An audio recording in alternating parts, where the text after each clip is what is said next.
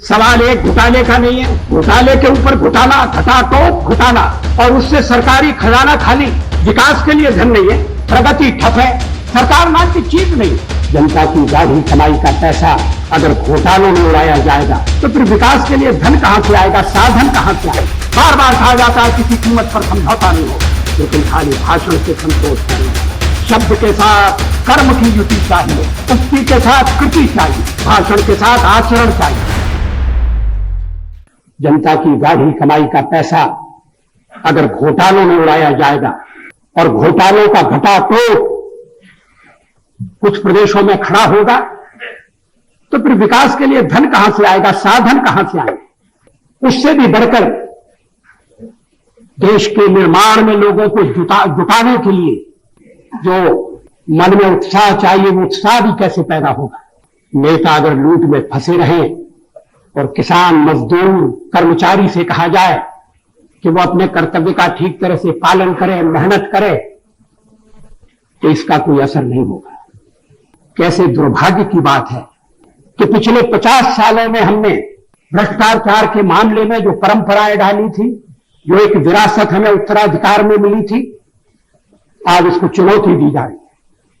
वो विरासत ये थी कि अगर सत्ता में बैठे हुए किसी राजनेता के खिलाफ भ्रष्टाचार के आरोप लगे और उन आरोपों को प्रथम दृष्टि में साधारण माना जाए, आगे जांच करना आवश्यक हो, तो फिर ऐसे व्यक्ति के लिए उसका मामला अदालत में भेजने के साथ साथ उस व्यक्ति को अपने ऊंचे पद से हट जाना चाहिए,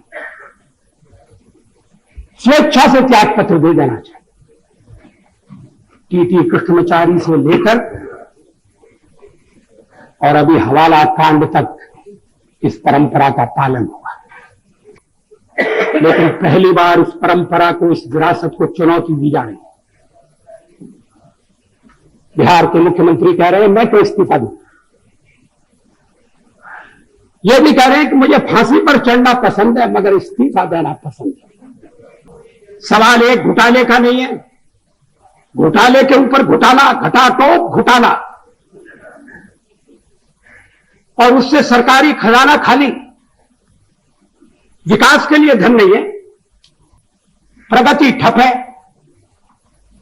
सरकार नाम की चीज नहीं है।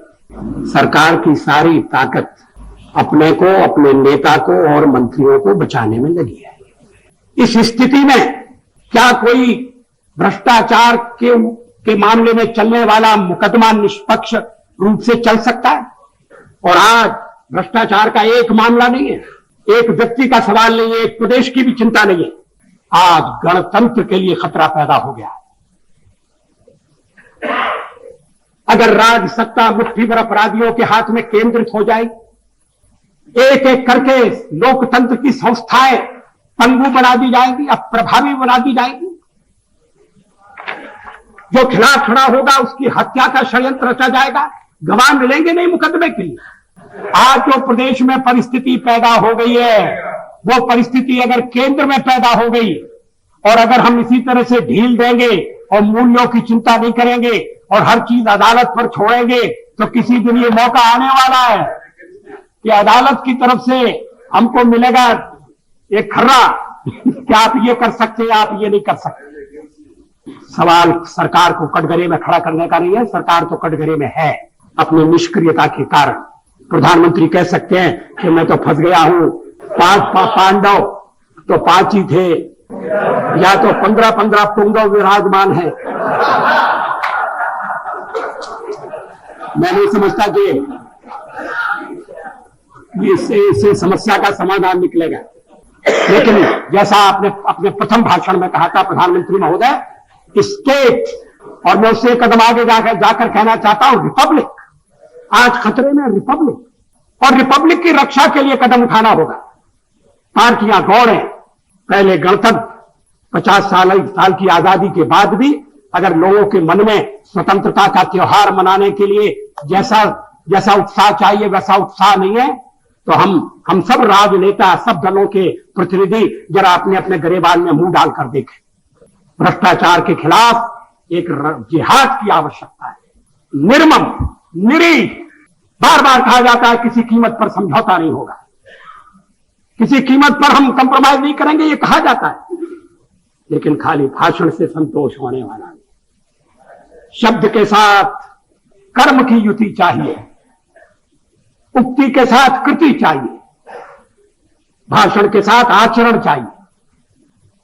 और इसके लिए जो भी कठोर कदम, प्रधानमंत्री ने कहा कि कठोर कदम उठाना पड़ेंगे। कौन से कदम उठाना चाहते हैं? उनमें विलंब क्यों हो रहा है? ये सदन का सत्र है, थोड़े दिन चलने वाला है। स्वतंत्रता का त्योहार तो हम मनाएंगे, लेकिन अगर हम भविष्य की चिंता नहीं करेंगे तो ये स्वतंत्रता का त्योहार जिस उत्साह से मनाना चाहिए वो उत्साह हम जनता में पैदा नहीं कर सकते। और इसीलिए एक सारे सदन को झकझोरने के लिए मैं अपना काम रोको प्रस्ताव लाया हूं। आपने मुझे अवसर दिया, बहुत बहुत धन्यवाद। ऐसे और वीडियो देखने के लिए रिपोर्ट भारत को सब्सक्राइब करें।